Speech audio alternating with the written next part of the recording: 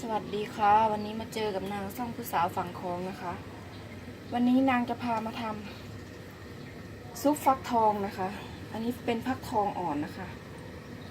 ฟักทองอ่อนเนาะลูกประมาณเนี้ย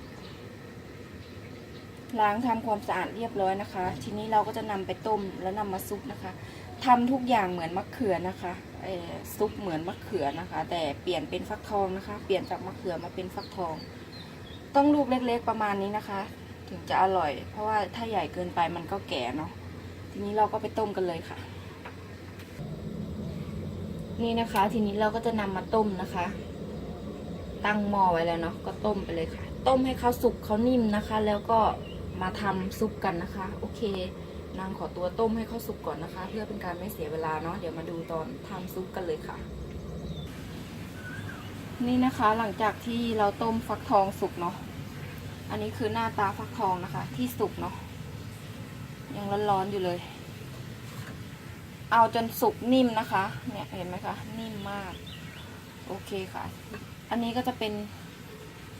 ส่วนผสมของปลาทูนะคะวันนี้นางจะซุปใส่ปลาทูนะคะอันนี้ปลาทูทอด2ตัวนะคะแล้วก็จะมีหอมแดงซอยแล้วก็ต้นหอมผักชีซอยค่ะแล้วก็จะมีพวกข้าวคั่วพริกป่นน้ำปลาอย่างนี้นะคะเหมือนซุปมะเขือนะนั่นแหละค่ะทำไม่ยากทำเหมือนกันเลยค่ะโอเคไปทำกันเลยค่ะนี่นะคะร้อนๆเลยก็หั่นลงไปเลยค่ะ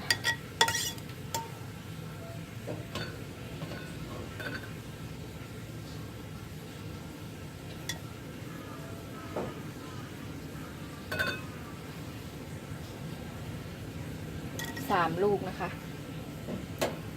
น้ำหนักก็ประมาณ600 กรัมนะคะ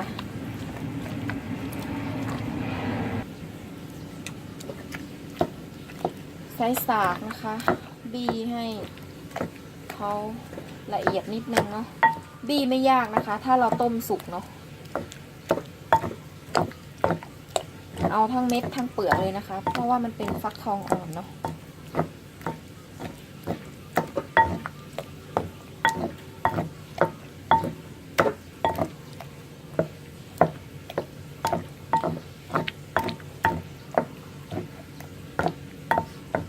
ใส่ปลาทูลงไปนะคะ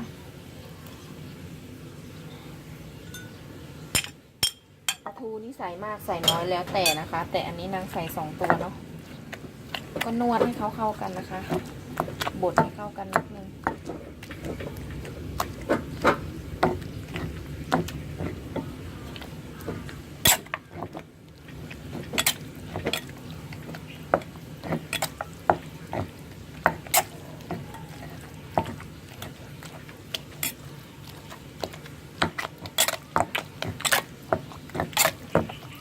เมนูนี้จะอร่อยกว่ามะเขือนะคะแล้วแต่ชอบเนาะ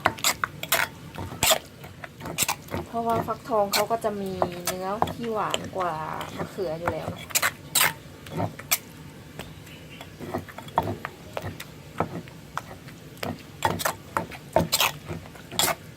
นี่นะคะก็เข้ากันดีแล้วเนาะปลาทูกับฟักทองทีนี้ก็จะมาเริ่มปรุงกันเลยค่ะข้าวคั่วนะคะนางจะใส่1 ช้อนแกงเนาะ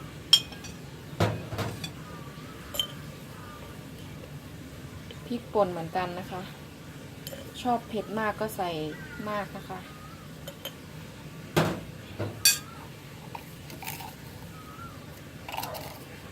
ผงชูรสนะคะ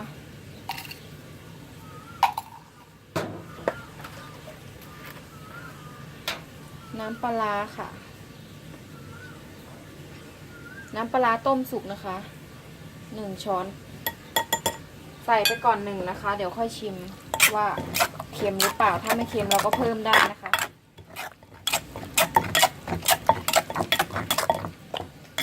คนให้เข้ากันนะคะ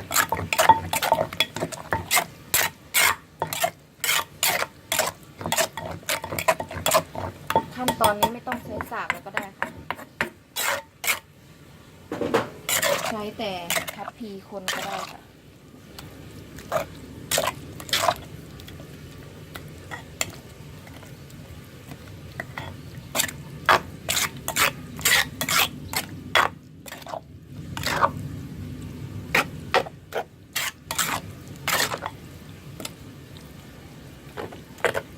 ชิมก่อนนะคะว่าเป็นยังไง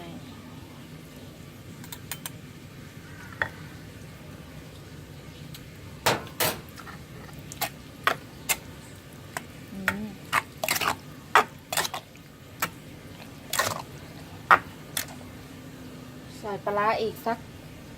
ครึ่งช้อนค่ะพอนะคะทีนี้รสชาติพอดีเลย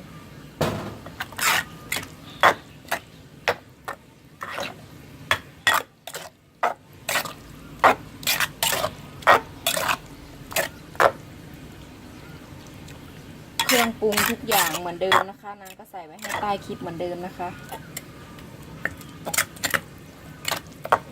ชิมอีกรอบนะคะ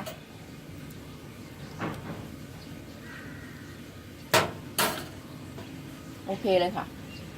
พอรสชาติได้ที่แล้วโอเคอร่อยแล้วเราก็จะใส่ต้นไอ้นี่ลงไปนะคะ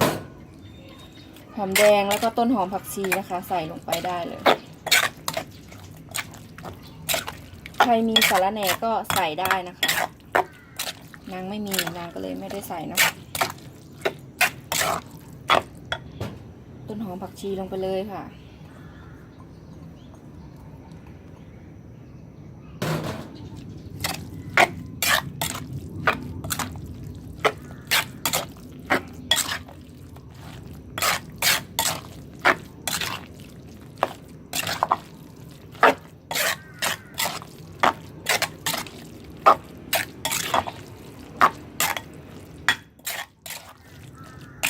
นี่นะคะอันนี้ก็เป็นหน้าตาที่เสร็จเรียบร้อยนะคะอันนี้ก็คือซุปฟักทองอ่อนโอเคเดี๋ยวนางไปตักเสิร์ฟกันเลยนะคะนี่นะคะมาเสิร์ฟกันเลยนะคะฟักทอง3 ลูกก็จะได้เยอะมากเลยนะ